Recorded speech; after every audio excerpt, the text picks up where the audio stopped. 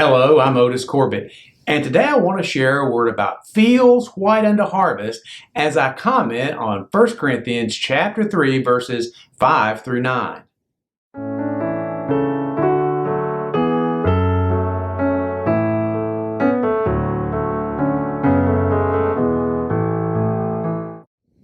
This passage reads, "What, after all, is Apollos? And what is Paul? Only servants through whom you came to believe, as the Lord has assigned to each his task. I planted the seed, Apollos watered it, but God has been making it grow. So neither the one who plants nor the one who waters is anything, but only God who makes things grow. The one who plants and the one who waters have one purpose, and they will each be rewarded according to their own labor. For we are co-workers in God's service. You are God's field, God's building." One of the elements that made Jesus such an inspiring preacher and Paul such an inspiring writer was their use of metaphors to illustrate the truths that they were teaching. In fact, the very definition of the term parable, which was a literary technique that Jesus used so often and effectively, is this: it is a simple story used to illustrate a moral or spiritual principle. Both Jesus and Paul use many different types of metaphors, but they both use agricultural illustrations quite often. In the first century, few people were as socially distanced from farming as we are today, and everyone would have immediately understood the concepts and principles that they were communicating. Which brings us to today's subject. In John chapter 4, verses 34 and 35, Jesus pointed to the fields surrounding him. Jesus said to them, "My food is to do the will of him who sent me and to finish his work. Do you not say there are still 4 months and then comes the harvest? Behold, I say to you, lift up your eyes and look at the fields, for they are already white for harvest." In Luke 10:2, Jesus continued to teach on this same theme.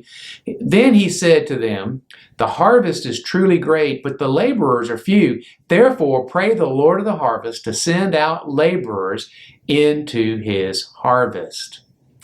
Now, these scriptures and others recently came to my mind when I was driving to church. I live in a rural area of the county, and I pass many fields on the way to church or to the offices of Covington Baptist Association where I serve. Some fields are left fallow, and some are used for hay to graze livestock, and some are used for corn, and many, though, have been used in recent weeks for cotton. And as I write this, the cotton bolls have opened, and the farmers have defoliated their fields in preparation for the harvest. Now, as you can see, these fields are white unto harvest. Now, what was impressed upon my heart when I saw these fields is not that our county is living in high cotton, although this seems to be both the literal and figurative truth. Instead, I'm reminded of the same task which Jesus was charging his disciples, and that is to make disciples and baptize them in his name, because the fields are white unto harvest. How is that going? Well, we can look at many metrics to determine how our task of making disciples is going, but the one I want to highlight is this. No county in the United States today is more Christian than it was 10 years ago. Of course, that includes the county where I live and where I minister. In the normal course of my ministry, I'm usually in a different church every Sunday.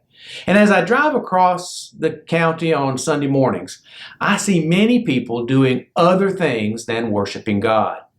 They may be fishing on the lake or cutting grass. Children may be outside playing or helping their parents rake the yard. People may be swinging on a tire swing or preparing grills for a barbecue or just sitting on their front porch drinking coffee.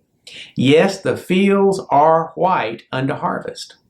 Now, I am no farmer, but I do know that if we're going to realize a harvest of souls, we need to be laborers together with God. Like Paul and Apollos, we need to plant seeds and water it. We need to cultivate the seedlings and nurture them to full maturity. And then we can celebrate the harvest. the harvest that God wants of souls. In our county and in every county in the United States, the fields are truly whitened to harvest. The only question is, will we do the work that we need to do so that we can celebrate that bounty of souls with God? Thanks for watching. I'll be back soon with another word that we can share together. Every blessing. I'm Dr. Otis Corbett.